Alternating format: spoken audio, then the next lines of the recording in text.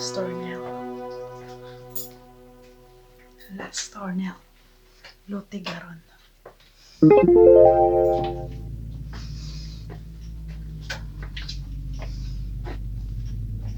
lots of stalactite.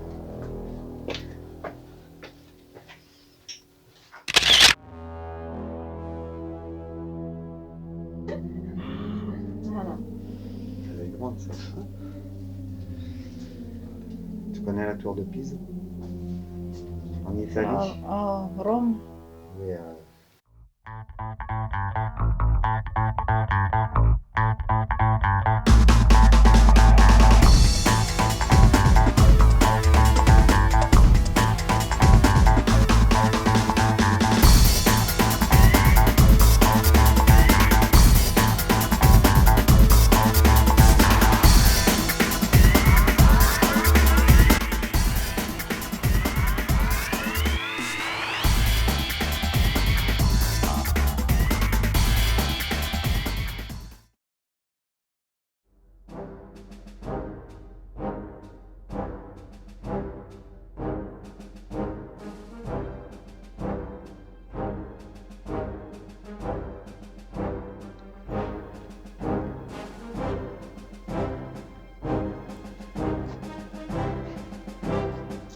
Voilà, donc c'est une grotte qui a été découverte en 1878 grâce à un puits. Donc il y avait des agriculteurs qui habitaient au-dessus, ils voulaient de l'eau pour leur ferme, donc ils ont creusé un puits. Ils ont creusé, et à un moment donné, ils sont tombés dans la grotte. Voilà, ils n'ont pas trouvé d'eau, ils ont trouvé une grotte. Alors comme il n'y avait qu'un seul passage de puits, c'était pas évident à chaque fois pour entrer et sortir. Donc ils ont essayé de trouver cette entrée. Sauf qu'au départ, ils se sont trompés, ils ont creusé à côté. Donc voilà pourquoi il y a cette caverne là. C'est pas naturel. Ça a été creusé donc en 1901 par un explorateur.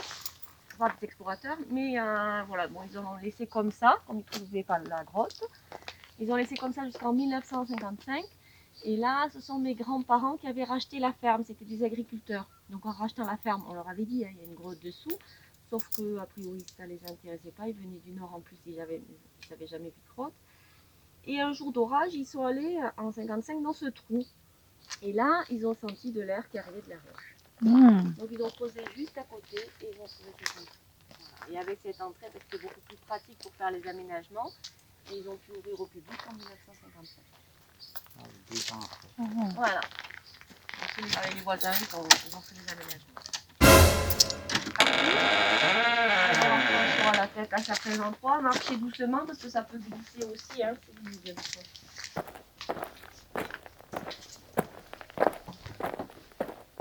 Il faut refermer la porte ou on laisse ouverte? Oui, je veux bien en étendant le tournement.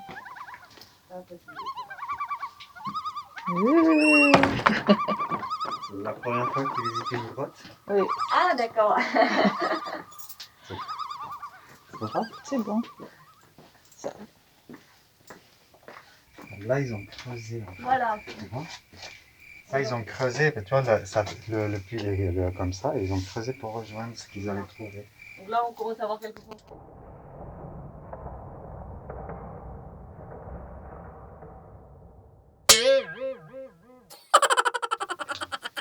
Donc ici où on marche, il faut s'imaginer qu'il y avait de l'eau, hein, il y avait une rivière. Hein.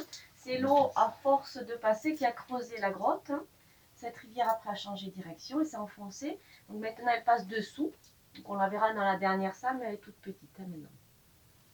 Et après les stalactites et les stalagmites ont grandi. Donc quand il pleut à l'extérieur, les gouttes d'eau traversent d'abord la terre. Dans la terre, il y a des végétaux en décomposition, ça crée de l'acidité. Donc les petites gouttes d'eau vont prendre cette acidité.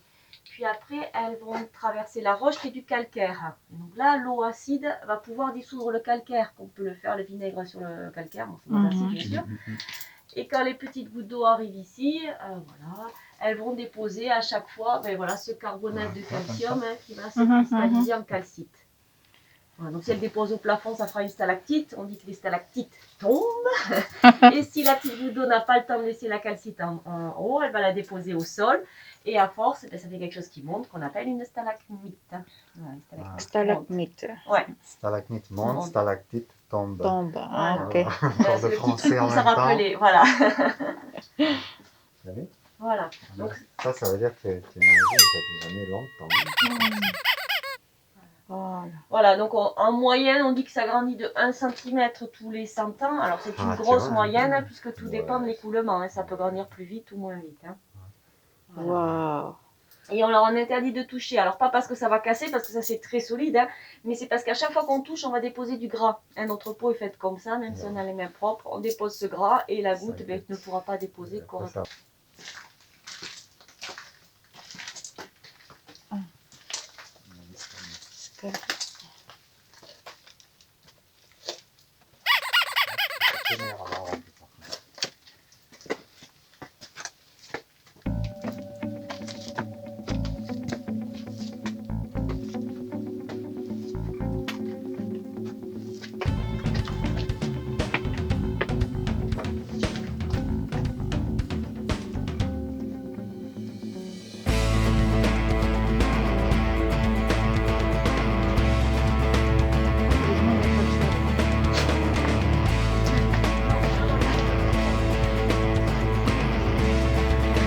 On est vraiment dans un groupe.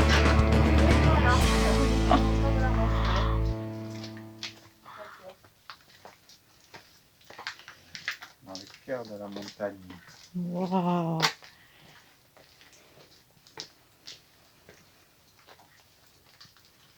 Là, on va aller voir le puits qui a permis la découverte de la grotte. Un bon puits. Ah oui. Et ils ont tout creusé à la main, marteau, burin, pioche. Voilà. Oh là là. Ça c'est le puits qu'ils avaient creusé pour chercher de l'eau. Après, ils sont tombés là. Et après ils sont tombés là-dessus. Dans la grotte. Et donc forcément, ils ont arrêté de creuser. Voilà, les personnes qui découvrent les grottes, on les appelle des inventeurs. Donc ici, l'inventeur de la grotte, c'est Monsieur Anat, l'agriculteur qui est arrivé ici. Ça, avant que... Ça brille, hein? Ouais.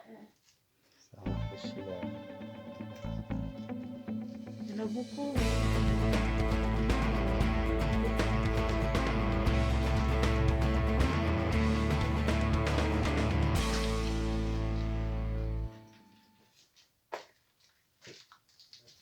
Ça s'appelle une cheminée. Voilà. Regardez. C'est en fait l'eau de pluie hein, qui a ruisselé, qui a dissous le calcaire. Donc ça fait un peu comme un entonnoir à l'envers, hein, c'est de plus en plus fin et c'est recouvert de terre. Oh. Ah ouais, il y en a beaucoup de pointus là. Ouais, à l'intérieur, il y a des stalactites, oui. Ah ouais, chérie?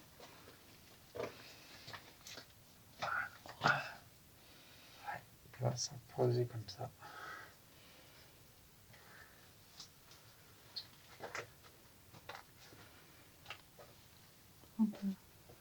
Là, jusqu'en 1901, la grotte s'arrêtait ici parce qu'il y avait des éboulis qui bloquaient le passage. Donc, il y a une équipe d'explorateurs qui est arrivée.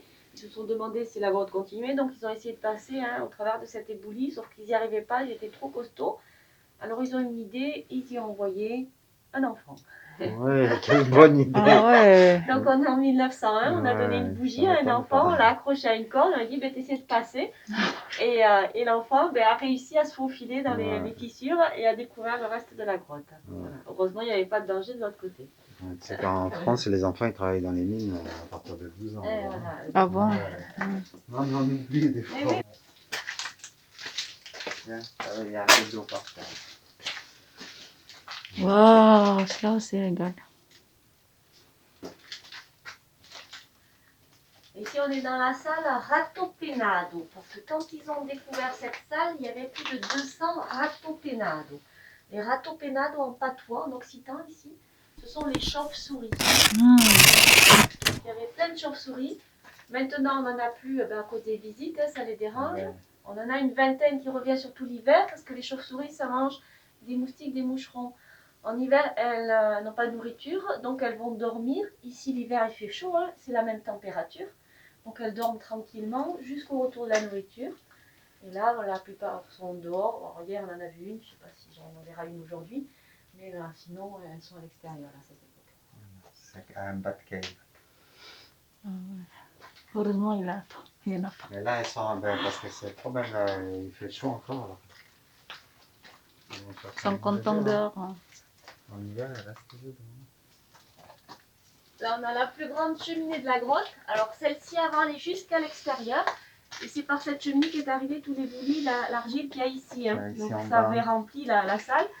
Et après, il y a des rochers qui ont bouché le passage. D'accord. Et nous avons un dragon de cachet. On ne voit que ses dents. Regardez. Oh.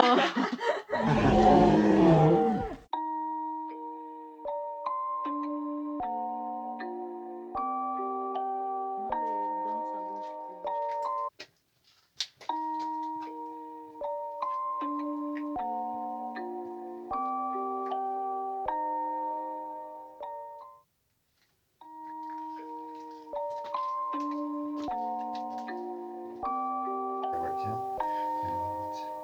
On est allé loin déjà là. Là, on a des stalactites cassées. Alors, normalement, ça finit en pointe. Hein.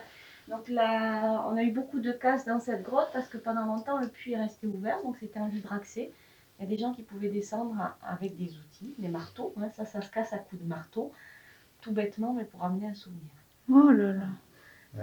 Donc après, bien sûr, mes grands-parents ont tout fermé. Oui, mais même quand j'étais jeune, j'étais à l'école primaire, on avait visité une grotte. T'avais pas réussi. On a une stalagmite. Alors, celle-ci, on lui donne un nom. C'est notre tour de Pise. Voilà. Regarde. Donc il y a des étages, Celle-là. des colonnades et elle penche si vous mettez sur le chemin. Oui. Voilà. D'accord. Voilà. Elle est grande, ça. Hein. Tu connais la tour de Pise? En Italie? Oh, Rome. Oui. Quand les stalactites et les stalagmites se rejoignent, et quand ça touche en haut et en bas, ça s'appelle une colonne. Donc là, on va avoir de belles colonnes. Ah, c'est là. Il y en a là, ici.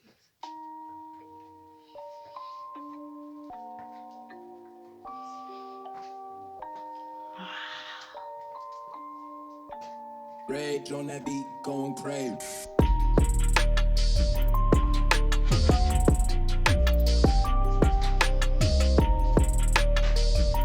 Wow, il y en a beaucoup.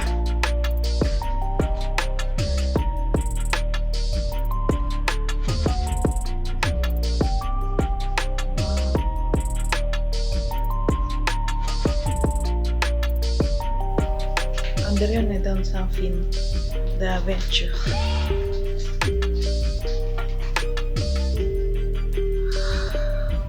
C'est incroyable.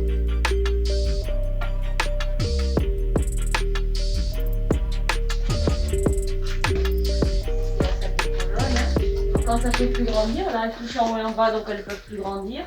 Donc elles vont grossir. Hein. Donc celle-ci, c'est la plus grosse colonne de la grotte. Hein. Ça pèserait dans les 10 tonnes. Hein. On a un beau plafond avec plein de petites stalactites qu'on appelle des fistuleuses. Alors si on regarde à l'intérieur, il y a un petit trou au milieu. Hein. Donc l'eau va passer par le petit trou, elle va arriver au bout. La petite goutte d'eau va être en suspension, la calcite va automatiquement se mettre vers l'extérieur et la goutte va continuer son chemin. Là, elles sont toutes creuses, même les plus fines, hein, donc ça fait comme des pailles. Donc ça, c'est très fragile. Ah ouais, il y en a beaucoup là-bas. Il y en a des stalactites qu'on appelle radis, mais vu la forme, vous voyez. Ah. Donc ce sont des stalactites et à l'intérieur, c'est creux, mais ils n'expliquent pas, on le voit celle-ci qui est cassée, mais ils n'expliquent pas pourquoi ça se forme comme ça. Pourquoi hein? Ils ne savent pas. Et regardez, attention. Ah ouais. Donc si on met, voilà, quelquefois, ça peut laisser passer la lumière, ça peut être translucide s'il n'y a pas d'impureté. Donc là, forcément, s'il y a des impuretés, ça passera moins. Voilà. Et après, suivant la grosseur aussi. Hein. Voilà. Ça s'appelle des draperies. Donc c'est toujours nos petites gouttes d'eau. Mais là, la petite goutte d'eau, avant de tomber, elle va glisser le long de la roche et laisser la calcite tout le long. À chaque fois qu'elle coule, elle dépose de la calcite. Ah ouais, c'est différent. Hein. Ouais. Oui, parce qu'au lieu de tomber comme ça, je suis. Il y en a là aussi. Là. Voilà. Et là, il y en a des plus verticales. Ah. Ici, on est dans la salle Margoutin. C'est le nom d'un prêtre qui a mené les premières expéditions ici, début du XXe siècle. Oui.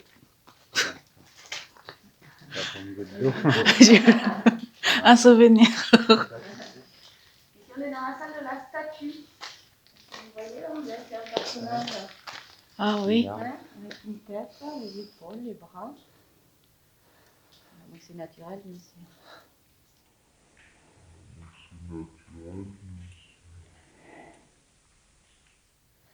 C'est la plus grande salle de la grotte, elle fait 6 mètres de haut et 20 mètres de long. Alors c'est un grand espace souterrain pour nous, pour le Lot-et-Garonne, parce que nous on a un calcaire qui est jeune, donc qui n'est pas très épais.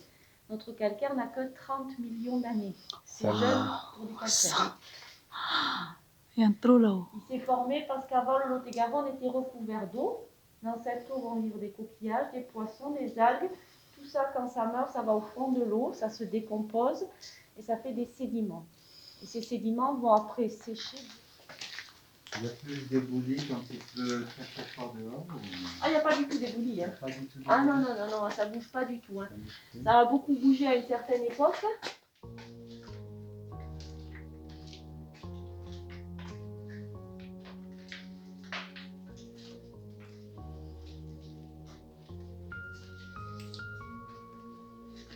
My phone lights up, but it's never you. I can't help but feel so lonely. I know there's things that I can't undo. I'm falling apart so slowly. Come alive when we're faded.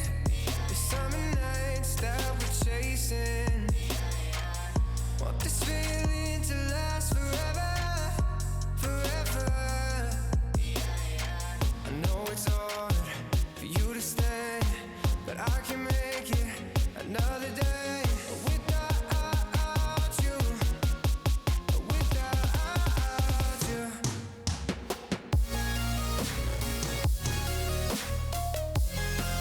On a des concrétions qui sont penchées. Alors elles n'ont pas grandi penchées. Hein. Elles ont grandi sur ce rocher, mais ce rocher avant était au sol. Les stalagmites ont grandi droite sur le rocher, sauf que le rocher a bougé. Donc les stalagmites sont devenus penchés. Et après, il y a d'autres stalagmites qui ont grandi dessus. Voilà. Donc le sol a beaucoup bougé. Ils pensent que la rivière est passée dessous. Ça a fragilisé ici le plancher qui s'est affaissé et il y a des morceaux qui ont glissé. Comme on a beaucoup d'argile, ça glisse. Et voilà pourquoi aussi certaines colonnes sont cassées. Hein. Voilà. Vous verrez bien là, le rocher qui est penché, mais c'est la moitié du parterre et puis a basculé. But I can.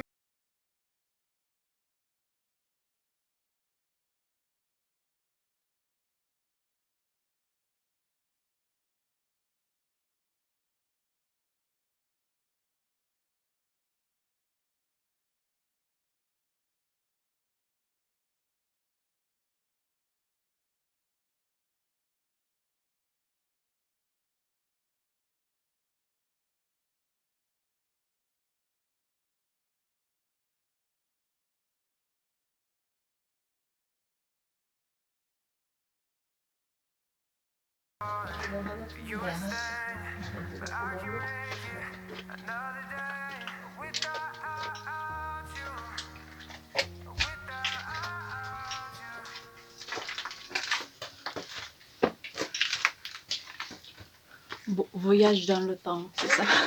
Ah ouais, là, je peux le dire. Hein.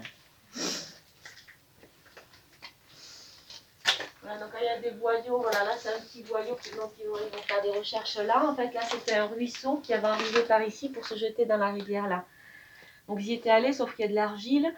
Ils n'avaient pas creusé, ils pensaient que c'était pas intéressant et a priori il y aurait des vies de l'autre côté. Attention à la flappe, hein. Elle est toujours là. Elle est toujours là, elle a dit.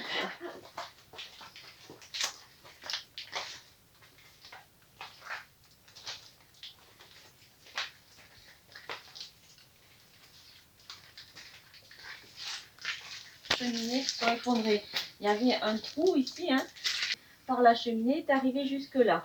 Hein. De l'autre côté c'est pareil, il y avait une cheminée, toute la terre est passée par la cheminée et s'est étalée ici. Et quand ils ont fait le chemin, là ils ont trouvé dans la terre des dents de rhinocéros laineux, de chevaux sauvages, d'aurochs, l'ancêtre des vaches, et de bisons. Donc ces animaux vivaient au-dessus il y a 20 000 ans, c'est notre dernière glaciation. ils sont morts et la terre a emmené donc les fossiles ici. Je vous en montrerai quelques-uns en remontant. Alors ça, ce sont les animaux morts, mais on a des animaux vivants dans la grotte. Il y a des animaux qui viennent ici juste pour se rafraîchir. Donc on peut avoir des petites grenouilles, des crapauds à l'entrée de la grotte, quoi, jusqu'ici. Ils ne vont pas plus loin. Après, on a des animaux qui viennent juste pour dormir, comme les chauves-souris.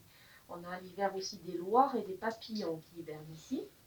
Actuellement, on a les gros moustiques, là, les cousins, ceux qui ne piquent pas, hein, qui viennent dormir. Après, on a des insectes qui vivent dans la grotte, qui vont se nourrir, se reproduire, mais ça fait pas longtemps qu'ils vivent sous terre. Donc là, on a des araignées, des cloportes, des mouches, des escargots. Et enfin, il y a des insectes qui vivent sous terre, mais eux, ça fait des milliers d'années qu'ils sont sous terre. Donc, ils se sont adaptés à ce milieu. Ils sont apigmentés, ils n'ont pas besoin de couleur pour se protéger du soleil, ils sont blancs transparents.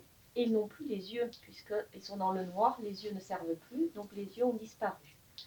Alors, on en a au moins deux. Le Campodéidea, c'est un petit insecte avec de longues antennes, et un pseudo-scorpion. Pseudo, parce qu'il n'a pas la queue pour piquer, donc il est inoffensif.